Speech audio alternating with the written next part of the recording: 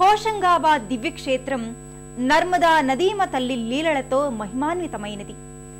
జగద్గురువు ఆది శంకరాచార్యుల వారు స్వయంగా ఇక్కడ ఈ క్షేత్రాన్ని సందర్శించి ఇది మహిమాన్వితమైన క్షేత్రంగా అభివర్ణించారు. అలాగే ఇక్కడ ఈ క్షేత్రంలోని నర్మదా నదిలో స్నానాధికాలు చేసి పూజలు చేసే భక్తుల అభీష్టాలన్నీ నెరవేరుతాయని చెబుతారు. నర్మదా ఘాట్ ని దర్శించుకున్న భక్తులు అనంతరం ఇక్కడకు సమీపంలోని నర్మదా మాత మందిరానికి చేరుకొని అమ్మవారిని భక్తి శ్రద్ధలతో పూజిస్తారు. నర్మదా నదీమ తల్లిని రేవా అని కూడా పిలవడం జరుగుతోంది. విశిష్ట పర్వదినాల్లో నర్మదా నదిలో స్నానాలు చేస్తే అత్యంత ఫలదాయకమని భక్తుల విశ్వాసం.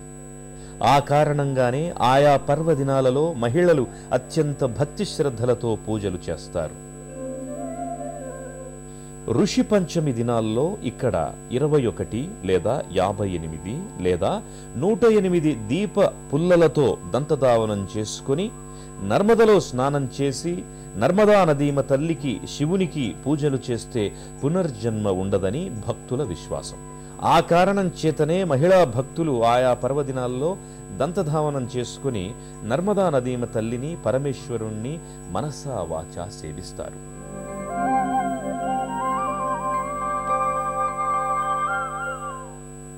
అలాగే ఆయా దినాల్లో నర్మదా నదీమ తల్లికి ఇచ్చే సంధ్యాహారతి కూడా విశేష ప్రాధాన్యాన్ని సంతరించుకుంది.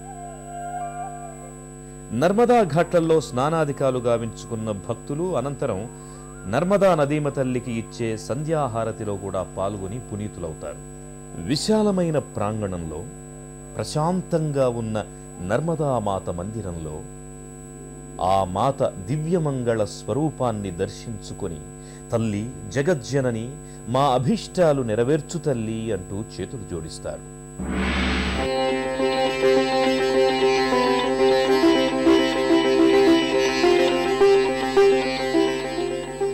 जीवन सागर जो कहीं भटकाए अगर जप कर लो जप कर लो जप कर लो नर्मदे हर हर हर जप कर लो जप कर लो.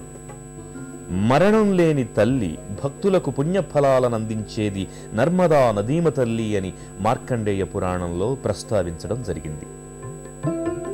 అలాంటి మహామహిమాన్వితమైన నర్మదా నదీమ తల్లి మందిరంలో ఉన్న నర్మదామాత విగ్రహం 11 భాగాలుగా విభజించబడిందని చెబుతారు. ఇక్కడ ఈ క్షేత్రంలో నర్మదా నదీమ తల్లి విగ్రహ రూపంలోనూ అదేవిధంగా నదీ రూపంలోనూ దర్శనమిస్తోంది.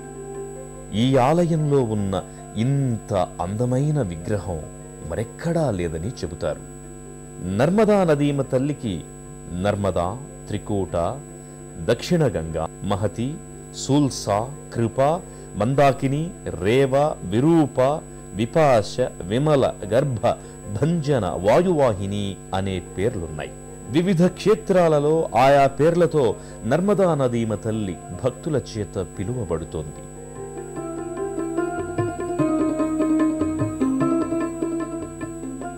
నర్మదా నదీమ తల్లి శివపుత్రిక. శివుని స్వేదం నుంచి పుట్టి ఈ భూమిని పునీతం చేస్తున్న కరుణామయి. భక్తుల కోర్కెలు తీరుస్తూ కొంగు బంగారంలా విరాజిల్లుతున్న దివ్యమాత. అలాంటి మాతను భక్తులు ఇక్కడ భక్తి శ్రద్ధలతో పూజించి తరిస్తారు. ఓ ఆధ్యాత్మిక లోకాన్ని తలపించే ఈ క్షేత్రంలో నిత్యము భక్తుల గీతాలు పూజలతో పావనమవుతోంది.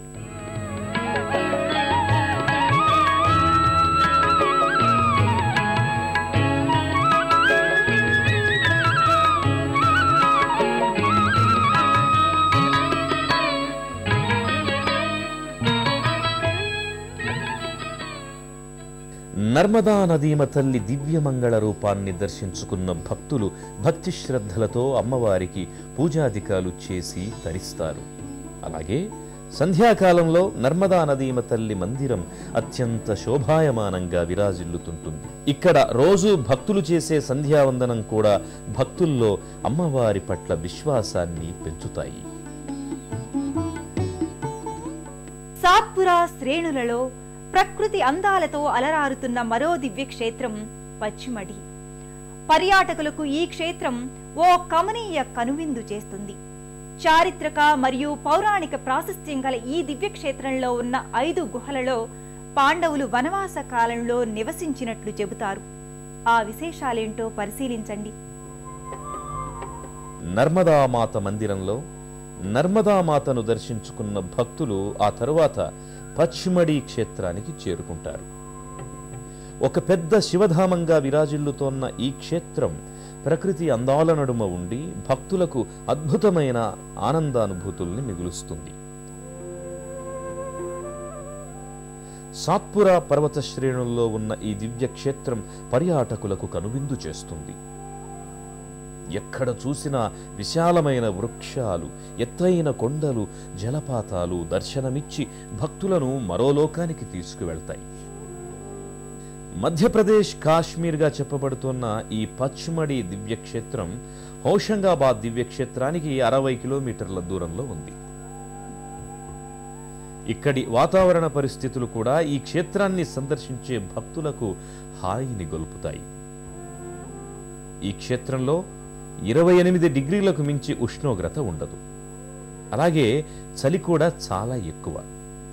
అత్యంత సుందరమైన ఈ క్షేత్రం యుగయుగాలుగా ప్రాశస్త్యాన్ని సంతరించుకుంది. 1862లో కెప్టెన్ పార్సిత్ ఇక్కడ ఈ క్షేత్రాన్ని సందర్శించి మంత్రముగ్ధుడయ్యాడట. పర్యాటకులను విశేషంగా ఆకర్షిస్తోన్న ఈ దివ్యక్షేత్రంలో 5 గుహలున్నాయని, అందుకే ఈ క్షేత్రానికి పచ్మడి అనే పేరొచ్చినట్లు చెప్తారు. అలాగే పాండవులు తమ వనవాస కాలంలో ఇక్కడ ఈ గుహల్లో నివసించినట్లు పురాణాల ద్వారా తెలుస్తోంది. అలాగే మధ్యప్రదేశ్లోని అన్ని ప్రాంతాల నుంచి పచ్మడి క్షేత్రానికి బస్సులు అందుబాటులో ఉన్నాయి. పచ్మడి దివ్యక్షేత్రం పరమశివుని లీలలకు వేదికగా నిలిచిన క్షేత్రంగా చెబుతారు.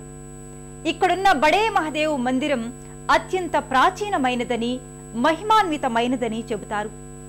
భస్మాసురుడి నుంచి తప్పించుకోవడానికి పరమశివుడు ఇక్కడున్న గుహలో దాక్కున్నాడని పురాణాల ద్వారా అవగతమవుతోంది. శివుని లీలా విశేషాలతో పునీతమైన మహాదేవుని మందిర విశేషాలేంటో వీక్షించండి. పచ్మడిలోని ప్రకృతి అందాలను దర్శించుకున్న భక్తులు ఇదే క్షేత్రంలో ఉన్న బడే మహదేవ్ మందిరానికి చేరుకుంటారు. ఇక్కడ ఈ క్షేత్రాన్ని బడే మహదేవ్ స్థానం అంటారు. భస్మాసురుడు శివుణ్ణి భస్మం చేయడానికి వచ్చినప్పుడు శివుడు ఈ మందిరంలోని గుహలోకొచ్చి దాక్కున్నాడని ఐతిహ్యం. ఇక్కడున్న మందిరంలో శివుడు లింగ రూపంలో భక్తులకు దర్శనమిస్తాడు. సుమారు 60 మీటర్ల ఎత్తులో లోపలికున్న ఈ గుహలోని మహాదేవుని దివ్యమంగళ రూపాన్ని భక్తులు దర్శించుకొని, మహాదేవా మాకు సుఖ సంతోషాలను అందజేయి తండ్రి అంటూ భక్తి శ్రద్ధలతో చేతులు జోడిస్తారు. ఈ మందిరంలో పార్వతీమాత కూడా భక్తులకు దర్శనమిస్తుంది. అదేవిధంగా బ్రహ్మ, విష్ణువు, వినాయకుడు, హనుమాన్ల మూర్తులు కూడా ఇక్కడ భక్తులకు దర్శనమిస్తాయి. రోజు భక్త సంద్రంతో కిటకిటలాడే ఈ దివ్య మందిరం నిత్యం మహాదేవుని భజనలు, భక్తి గీతాలతో మార్మ్రోగుతుంటుంది.